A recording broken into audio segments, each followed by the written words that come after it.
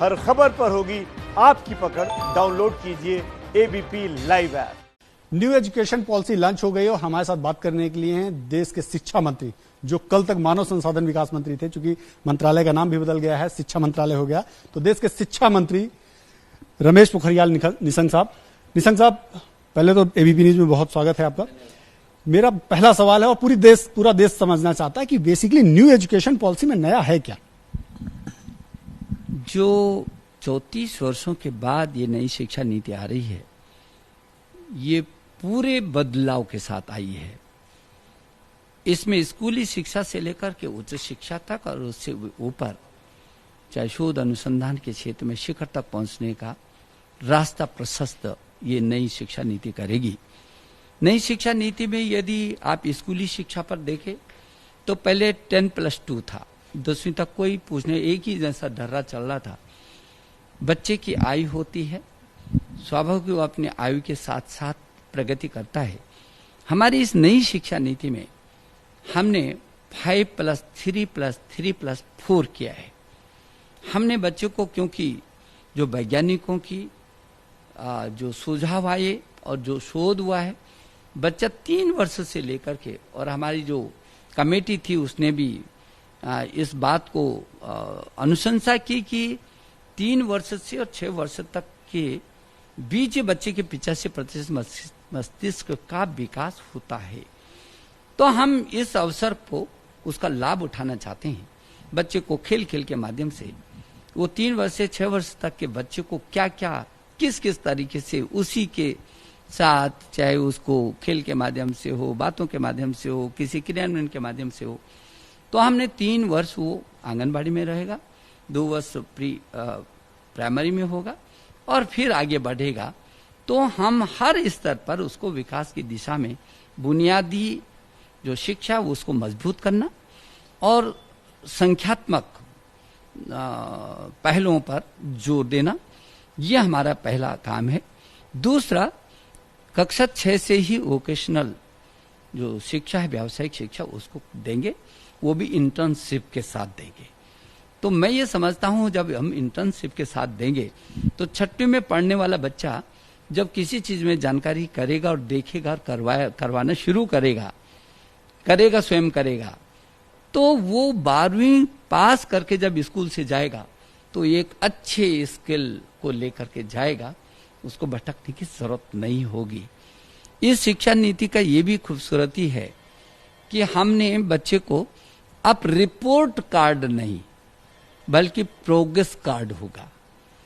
अभी तक वो अंकों का रिपोर्ट कार्ड दे देते हैं, अब ऐसा नहीं होगा। अभी क्या होगा कि बच्चे का अभिभावक, अध्यापक, बच्चा स्वयं अपना मूल्यांकन करेगा और उसके जो मित्र जो उसके इर्द गिर्द है वो भी उसका मूल्यांकन करेंगे। 360 डिग्री होलिस्टिक उसका मूल्यांकन होगा और उसके लिए बहुत अच्छा होगा ताकि उसका सर्वांगीण विकास हो सकेगा। तो ये जो मूलभूत तो हम नीचे से मजबूत करके उसको आगे तक लेकर के जा रहे हैं, वहीं हम उच्च शिक्षा में पूरी ताकत के साथ हमने विषयों की छूट दे दी। हम बच्चे पर थोपना नहीं चाहते, छात्र पर, कि नहीं आप इसी विषय को लीजिए, या हमने कर दिया विज्ञान में है तो यही विषय होंगे, या कॉमर्स में है तो यही होंगे, साहित्य में तो नहीं। यदि वो विज्ञान का छात्र है तो साहित्य को भी पढ़ सकता है, यदि इंजीनियरिंग का छात्र है तो संगीत को भी ले सकता है। ऑप्शनल होगा या उसी के साथ होगा? वो उसी के साथ होगा। विषय की छूट भी होगी और वो अतिरिक्त भी होगा, लेकिन विषयों की भी छूट होगी। हाँ, बिल्कुल पढ़ सकते हैं। ये बहुत बड़ी क्रांतिकारी परिवर्तन है कि अब बच्चे पर छोड़ दिया, हम नहीं थोपेंगे, अब उसकी इच्छा पर छोड़ दिया कि वो क्या पढ़ना चाहता है, किस चीज पर उसको ज्यादा अच्छा लगता है। तो ये परिवर्तन। दूसरा, हम लोगों ने ये किया है कि जैसे वो 3 वर्ष का बीए था या इंजीनियरिंग था तो 6-7 सेमेस्टर होते हैं, 8 सेमेस्टर होते हैं। तो बीच में यदि किसी सेमेस्टर को छोड़कर चले जाता था तो उसका पूरा का पूरा खत्म हो जाता था, फिर दोबारा आता था तो प्रवेश ही नहीं मिलता था या फिर नए से शुरू करना होता था। अब ऐसा नहीं होगा। हम लोगों ने डिजी लॉकर्स में उसकी क्रेडिट एक बैंक बनाएंगे और उसकी सब चीज को उस डिजी लॉकर्स में करेंगे। कहीं भी वो जाए, एक तो उसको सुविधा होगी कि उसके प्रमाण पत्र से लेकर सब कुछ होंगे। वो देश के किसी छोर में भी जाएगा, उसको प्रमाणित करने की जरूरत नहीं है, उस डिजी लॉकर से निकालेगा, वो अपना प्रमाण पत्र देगा। दूसरा, यदि वो बीच में छोड़ करके भी जाता है तो उसके लिए ये सुविधा है कि जितने उसके क्रेडिट उस बैंक में जमा है, डिजी लॉकर्स में जमा है, उसके आधार पर यदि 1 वर्ष में वो छोड़ के जाना चाहता है, परिस्थितिवश है, तो हम उसको सर्टिफिकेट दे देंगे। यदि 2 वर्ष में छोड़ दिया उसने तो खाली नहीं, उसको डिप्लोमा देंगे। यदि 3 वर्ष 4 वर्ष में तो डिग्री देंगे। यदि फिर लौट करके आना चाहता है और वहां से पढ़ाई शुरू करना चाहता है तो वहीं से वो आगे पढ़ाई शुरू करेंगे। सारी चीजें मान्य होंगी, यानी पहले साल की भी जो सर्टिफिकेट वो भी मान्य होगा, डिप्लोमा भी मान्य होगा, सारे लोग हर हालत में, और मान्य होगा तो इसीलिए कर रहे हैं। और ये बहुत आमूल चूल परिवर्तन है। और अनुसंधान के क्षेत्र में उसको संस्कृति को बढ़ावा देने के लिए और राष्ट्रीय अनुसंधान का एक बड़ा NRF, नेशनल रिसर्च फाउंडेशन की स्थापना कर रहे हैं, ताकि प्रतिस्पर्धा में हम पूरी दुनिया में, आज भी हम इस स्पार्क है, स्ट्राइड है, इम्प्रिंट है, इम्प्रेस है, तमाम दृष्टि से शोध को कर रहे हैं। लेकिन ये अभियान के दिशा में आगे बढ़े, हम उसकी संस्कृति बढ़े शोध की, उस दिशा में भी काम कर रहे हैं। और उच्च शिक्षा में यदि देखेंगे तो तकनीकी दिशा में, प्रौद्योगिकी की दिशा में, क्योंकि जो ये हमारी शिक्षा नीति है वो ज्ञान, विज्ञान, अनुसंधान, प्रौद्योगिकी को नवाचार के साथ आगे बढ़ाने की होगी और जीवन मूल्यों पर आधारित भी होगी शिक्षा। बोर्ड परीक्षाओं को लेकर कंफ्यूजन है। बहुत सारे लोग सोचते हैं कि 10वीं का बोर्ड खत्म कर दिया गया, कोई समझता है कि 12वीं का ही केवल होगा, तो उसमें क्लियरिटी नहीं है, क्या है बेसिकली? नहीं, अब हम तो ये जो जिस तरीके से क्लासेस में बोर्ड की परीक्षाएं होंगी, नहीं, अभी तो ये 3+4 किया है, उसी के आधार पर वो बोर्ड भी होंगे। ये मान के चलिए कि परीक्षा देनी ही पड़ेगी। परीक्षा जो बोर्ड है 8वीं का भी बोर्ड उसको देना पड़ेगा, तो उधर 10वीं 12वीं का भी बोर्ड देना पड़ेगा। अभी जो नई शिक्षा व्यवस्था मैं थोड़ा समझना चाहता हूँ, 8वीं के स्टूडेंट्स को भी बोर्ड परीक्षा देनी पड़ेगी, 10वीं के स्टूडेंट्स को भी बोर्ड परीक्षा देनी पड़ेगी, लेकिन जैसे कल जो बोर्ड का क्या है, जो बोर्ड परीक्षा उसको नए सिरे से, नए तरीके से करेंगे। अभी तक क्या था, हाई स्कूल तक कोई परीक्षा लेने की जरूरत ही नहीं थी। जब हाई स्कूल में जाता था तो ये सर्वे आता है, हाई स्कूल में पढ़ने वाले को अंक गणित का कोई ज्ञान नहीं, ना अक्षरों का ज्ञान है, ना अंक का ज्ञान है। तो आपने 10वीं तक उसको ऐसे स्थान पर खड़ा कर दिया कि अब ना पीछे जा सकता है, ना आगे जा सकता है। तो पीढ़ी के साथ ये धोखा था। अभी तो हम उसका मूल्यांकन करते जाएंगे। अब हर जगह मूल्यांकन, रेगुलर मूल्यांकन होगा, ताकि उसको जो कमी है उसको आगे बढ़ाएंगे और उसमें भी प्रतिस्पर्धा की भावना आएगी और ये बहुत अच्छा सशक्त वो होगा। उच्च शिक्षा में भी इसी तरीके से हम लोग शोध और अनुसंधान की दिशा में बहुत तेजी से आगे बढ़ेंगे। और जो आयोग बनाया है हमने, एक शिक्षा आयोग एक बनाया, क्योंकि UGC है, AICTE है, बहुत सारी जो फैले हुए थे उससे लोगों को परेशानी होती थी।